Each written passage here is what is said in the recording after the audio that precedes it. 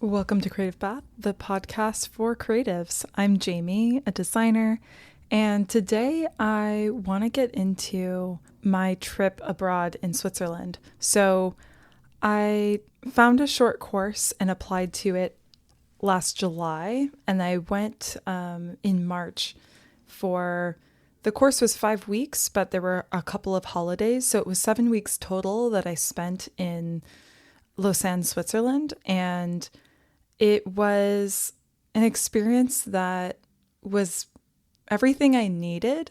Some challenges came up, but overall, I just feel like creatively invigorated from coming back home and reflecting on it. And I really wanted to share it with you all. So, the course that I did was on sustainable design, which is a topic that's been interesting to me for a while. And it's honestly something that has intimidated me because sustainability is, I think it's top of mind for a lot of people, and a lot of us don't really know what to do about it. And so I had been thinking about if I wanted to do a master's in this or explore this topic by doing my own research. And when a friend of mine told me about ÉCAL, the school that I went to, I found this program and it just kind of clicked for me that this was my next step and an experience that I really wanted to have. And it was honestly really scary to decide to go into it. I had to take some time off of work and it was going to be expensive. Switzerland is one of the most expensive countries in the world. So I probably could have chosen a place that would not be as expensive, but here we are. We've made that decision already, and I don't regret it at all. So I think firstly, I've been kind of thinking about a master's versus doing some short courses. For those of you outside of the design industry, it's changing so much that the design industry itself is changing so much from the emergence of Gen AI and how it's influencing our work streams. And a lot of us designers are trying to stay on top of things and understand how we can keep delivering value.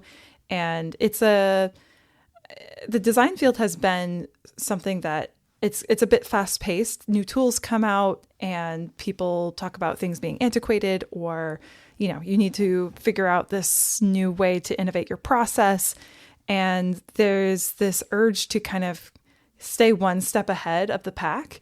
And that's been, as someone who really wants to be very good at what I do, that's been something that I've been doing. And I've been thinking about doing a master's for a minute, but I guess there's talk about doing a master's and how sometimes it takes a while to develop a curriculum. And so it can be 1 or 2 years behind the industry because of how fast the industry is moving.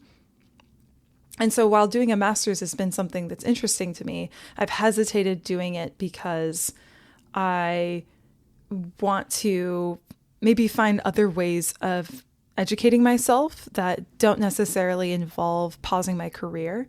I think since doing this experience, I've kind of challenged that idea, but I don't think I would have challenged it unless I had gone and done this.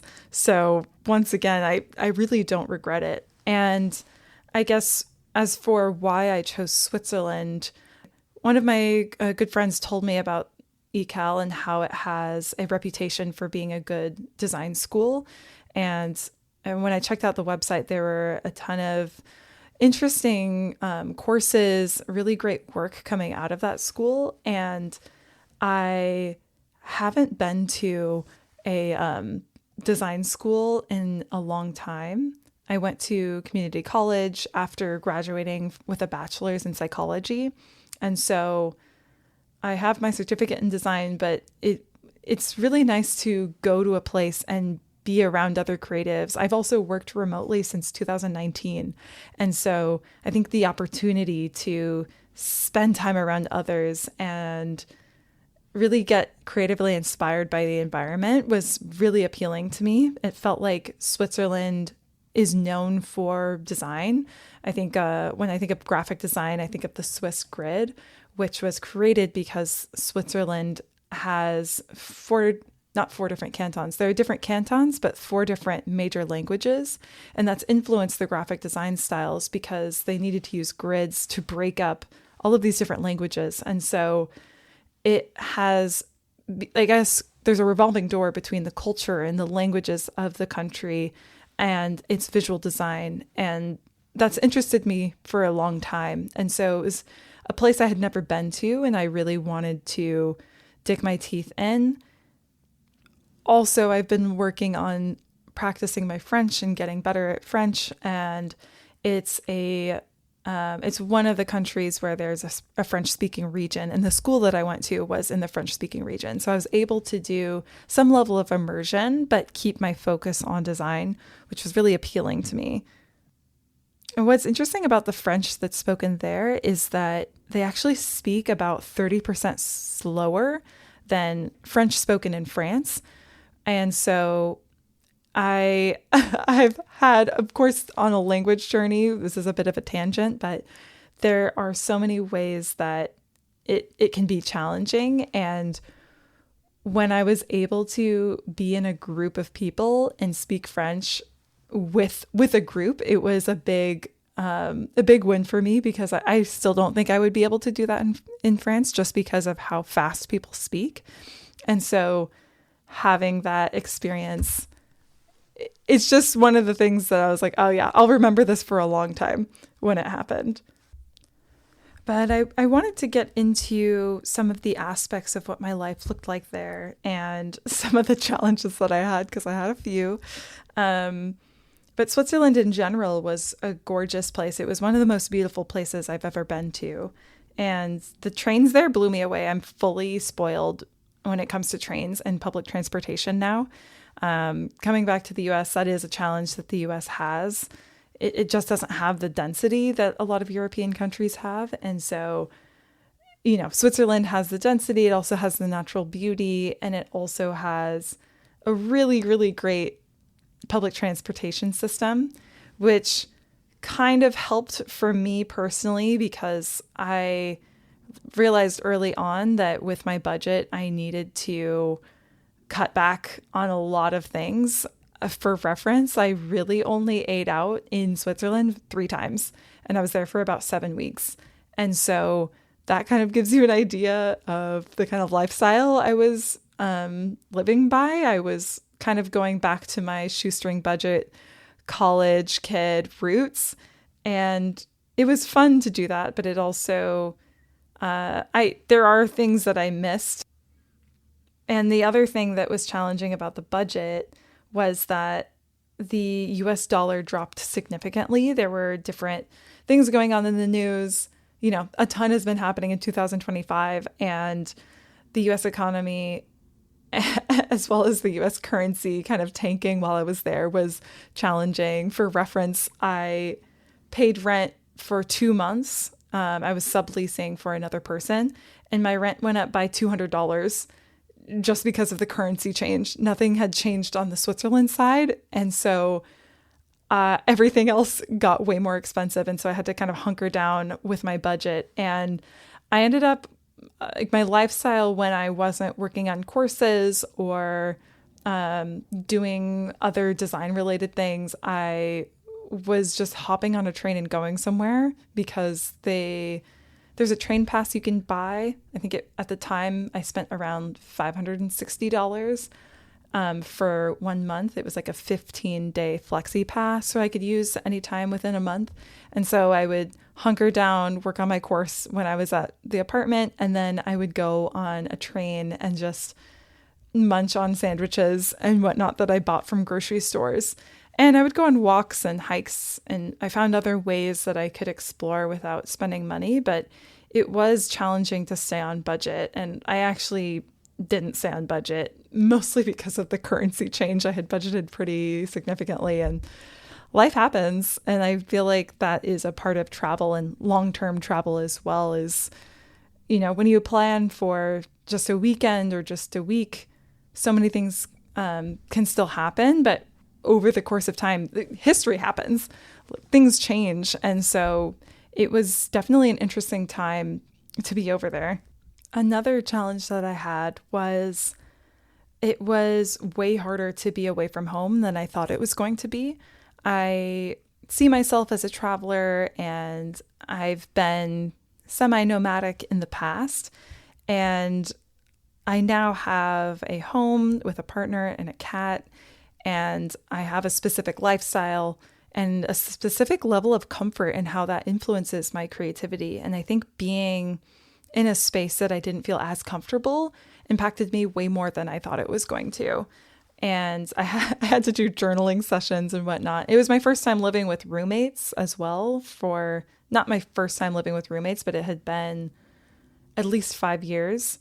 And so I find that I personally make myself smaller because I want to be respectful of people in the space, or I don't necessarily know how to behave in a way that is like probably too much, and it's okay. And I'm just at a point in my life where I want a certain level of comfort at home, and I know what that looks like now, and it is a non-negotiable. So I guess that is an important thing to learn.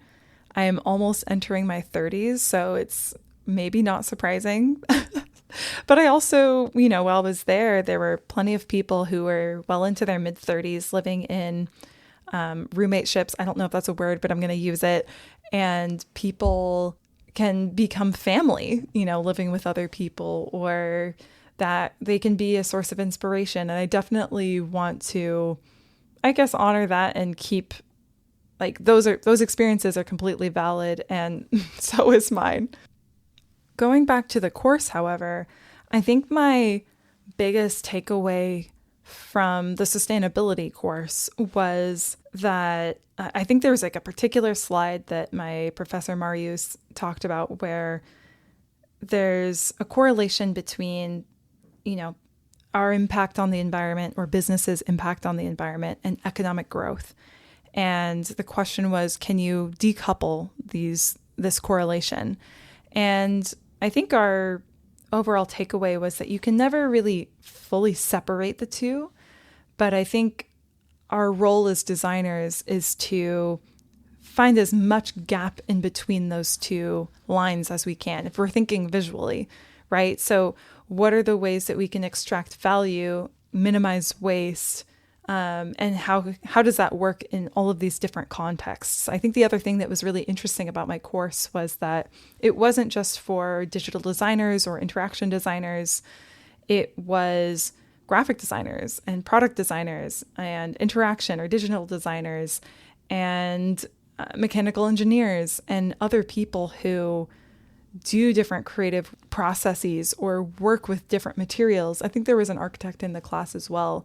And I think that was really, really enriching for me to be able to be around other professionals at other points in their careers who have had different kinds of challenges that I understood, challenges that were completely new to me. And I think that is the thing with, working for a company. And once you get to a certain comfort level, or once you recognize that you need to grow in some way, sometimes it can be really difficult to identify what you need to do or who you need to talk to because you've been in the same context. And there are so many ways that you can find ways to kind of push yourself out of the frame of thinking, or even not necessarily push, but take a step back. And I guess to add on to that, what I was talking about earlier with feeling this need to stay on top of things and be ahead of the curve, I now have a lot of arguments for taking a step back, especially when things are changing really fast. It's like if you're running after something and you're watching it at the same time, it takes a lot of concentration versus if you just take a step back, stand, and like see it from a different angle. Maybe this analogy works, maybe it doesn't, but looking at things from a different angle and being at a state of rest in order to do that actually helps you figure out what to do with it or what your next move is. Because I think when things are changing so fast, it feels like there's nothing I can, or it feels exhausting to make any kind of pivot.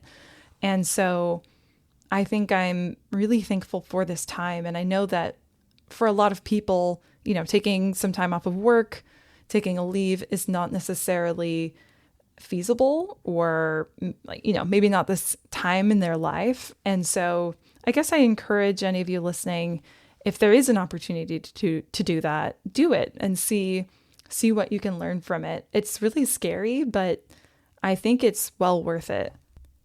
And another thing that was really helpful about taking a step back was being able to process the last few years of my life. I think the day that I started my leave and was getting ready to go, I actually had like a lot of really powerful thoughts or really intense feelings come up because, I had started my career during the pandemic, and I've lived in 3 different places since I've started my career. I've done all of these different things. My job has pivoted in so many ways since I started it.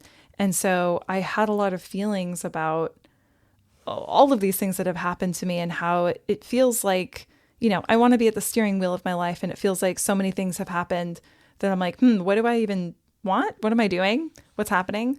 I'm just trying to stay up and I'm just trying to stay afloat. And, I had a pretty significant burnout last year, 2024. And so I think it allowed me to process the pandemic and process my move from one state to another. And I think with the pandemic specifically, I had held on to a little bit of resentment because that was during my mid-20s. I have older cousins or older friends who have talked about what they did in their early to mid-20s. And for me, I felt like I went into the pandemic in my early 20s and I came out in my late 20s. And so I had these different ideas of what I wanted my life to look like that it felt like they were frozen in time. And so they were conceptualized when I was 23, but I was trying to execute them when I was 28 or 29. And I found friction, or it didn't always feel right, or I didn't necessarily know how to pursue them in a way that fit my lifestyle and who I am now. And also, I think looking at how the pandemic changed me as a person and changed my outlook on life and the things that are important to me. Like, for instance, I was really focused on living abroad and having all of these different life experiences and how that would influence, my creativity and my craft and whatnot. But I think when I went through the pandemic, I was living with my parents, and looking back, I'm really happy that I was actually able to spend that time with them, because I don't know if I will have that stretch of time with my parents in the same way that I could during that time. And I think I'm in a place now where I can honor experiences in a way that, doesn't change what they were. I guess I can just change the story a little bit.